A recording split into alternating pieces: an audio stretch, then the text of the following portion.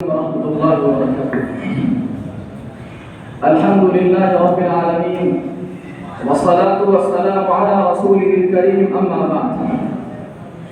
فقد قال الله تبارك وتعالى في القرآن المجيد: إلا تفعلوه تكون فتنة في الأرض وفساد كبير. صدق الله العظيم. صدر لی وقار، حضرات حکم صاحبان، معزز اساتذہ کرام اور رفیقان بزم، آج کی اس تقابلی بزم میں میرا موضوع سخن ہے عصر حاضر کی فتنے اور ہماری ذمہ داریاں۔ حضرات، یہ ایک مسلمہ حقیقت ہے کہ آج عالم انسانی جس دور سے گزر رہا ہے، شاید کہ انسانی عقل و خرد نے اس کا کبھی تصور بھی نہ کیا ہوگا، اور نہ ہی چشم افلاک نے اس سے پہلے ایسا مشاہدہ کیا ہوگا۔ ہر دن کوئی نہ کوئی فتنہ سر اٹھائے کھڑا ہے، ہر آن ایک نئی مشکل کا سامنا کرنا پڑ رہا ہے۔ امت اسلامیہ آج ایک ایسے موڑ پر کھڑی ہے جہاں سے اس کو آئندہ کے تمام راستے مسدود نظر آ رہے ہیں۔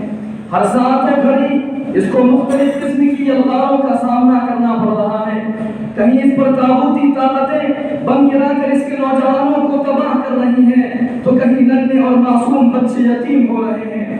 کہیں امن و سلامتی کا خطرہ بتا کر اس کے داعیوں کو پابند سلاسل کر کے زندہ میں ڈالا جا رہا ہے۔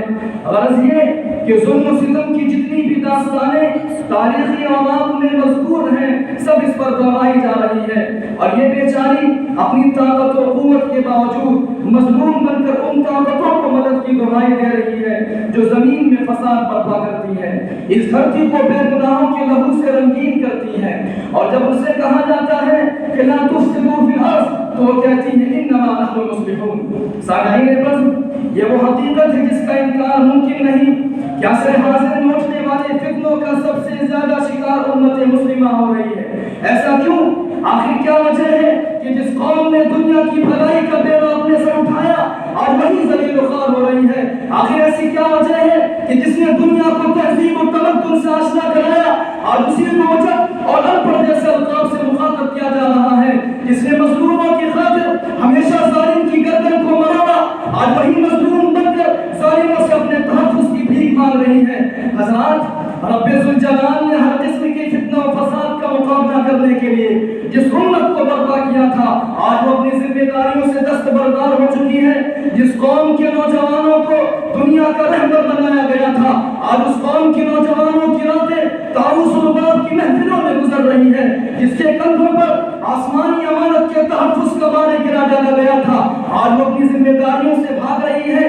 جس کی تہجد کی سسکیوں سے رب ذوالجلال کائنات کے ذرے ذرے کو اس کی مدد کے لیے کھڑا کر دیتا تھا، آج وہی قوم فجر میں خانقاہوں میں اس طرح سو رہی ہوتی ہے جیسے اس کے رب سے اس کا کچھ رشتہ ہی نہیں۔ اس کے نوجوانوں کی للکار سے جنگل کے درند و چرند اور پرند سب راستہ خالی کر دیتے تھے، آج اس کی آہ بکا پر کوئی کان دھرنے کے لیے تیار نہیں۔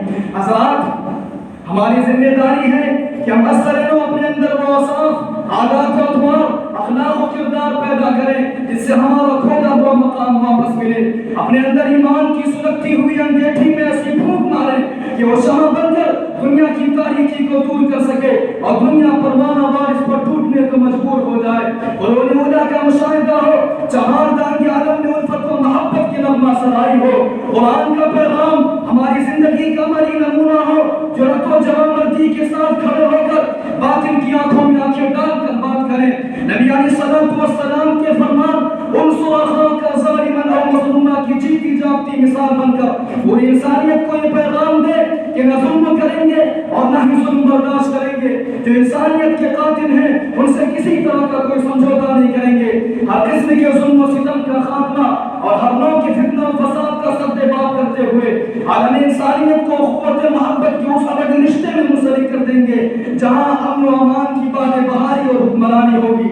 شاعر مشرق علامہ اقبال نے ملت اسلامیہ کو بیدار کرتے ہوئے کیا خوب کہا ہے: تھوڑا سے کن فقہ ہے اپنی آنکھوں پر آیا ہو جا، تھوڑا سے کن فقہ ہے اپنی آنکھوں پر آیا ہو جا، خودی کا راز کا ہو جا، خدا کا ترجمہ ہو جا، حوث نے کر دیا ہے ٹکڑے ٹکڑے نو انسان کو، ہوس نے کر دیا ہے ٹکڑے ٹکڑے نہ عیسیٰ کو، اخوت کا بیان ہو جا، محبت کی زبان ہو جا، وآخر دعوانا الحمدللہ رب العالمین۔